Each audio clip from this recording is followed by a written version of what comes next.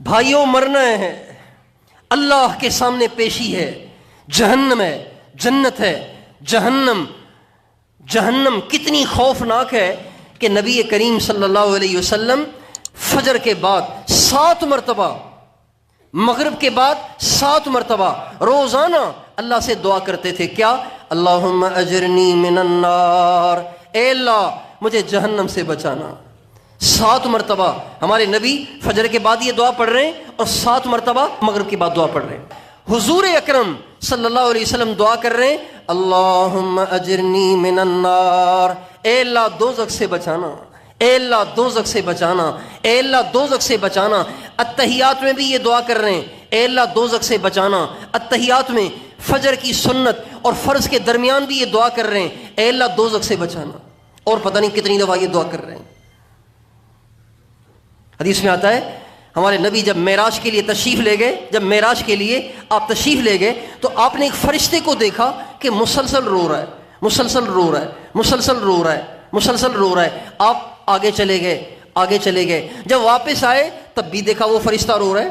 جہنم کی دہکتی ہوئی آگ سامنے ہے، وہ فرشتہ سامنے بیٹھا ہوا ہے اور رو رہا ہے. ہمارے نبی نے پوچھا جبریل یہ کون ہے؟ جب ہم گئے اس وقت بھی رو رہا تھا اور ہم واپس آئے اتنا لمبا سفر طے کر کے آئے اب تک بھی رو رہا ہے، یہ ہے کون؟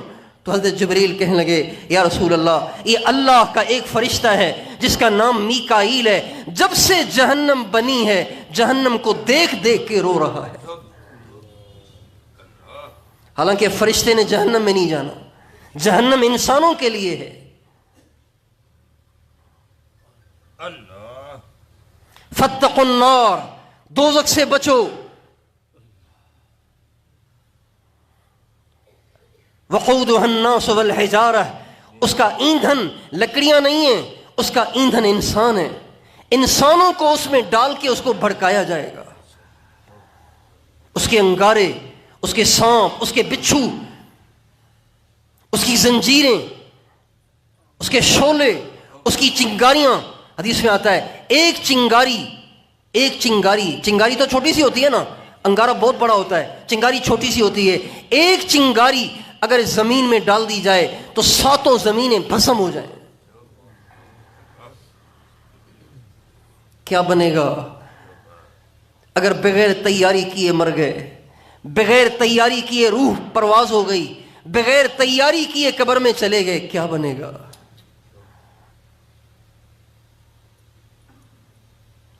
ہمارے نبی کی بیٹی حضرت زینب رضی اللہ تعالی عنہ جب وہ انتقال ہوا، وہ شہید ہوئی. حبار بن اسود نے ان کی اونٹنی کو برچھا مارا، وہ زمین پہ گر گئیں. ان کے پیٹ میں حمل تھا، وہ ساکت ہو گیا اور زخم آیا. 1 سال اس زخم میں تڑپتی رہیں اور دنیا سے رخصت ہو گئی. حضرت زینب کون ہے؟ ذرا سوچئے تو صحیح، کیا کیا نسبتیں ان کے ساتھ جڑی ہوئی ہیں، کیا کیا نسبتیں ان کے ساتھ جڑی ہوئی ہیں. یہ فاطمۃ الزہرا کی بہن ہیں، یہ حسن حسین کی خالہ ہیں، یہ امام الانبیاء خاتم المرسلین کی بیٹی ہیں، یہ حضرت خدیجۃ الکبریٰ کی بیٹی ہیں.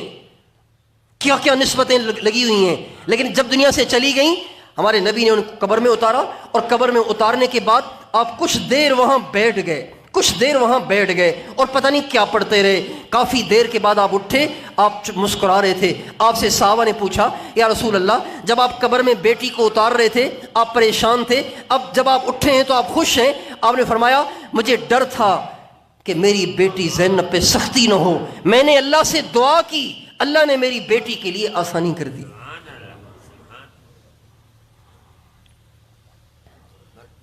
حضرت زینب کو تو ضرورت پڑ رہی ہے امام الانبیاء کی دعا کی. ہنس رہے ہیں، کھا رہے ہیں، پی رہے ہیں، مزے کر رہے ہیں.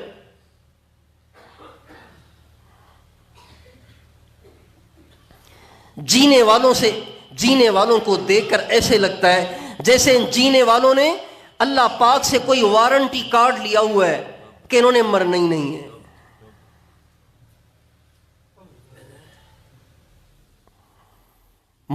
بھائیو ہم سب نے مرنا ہے.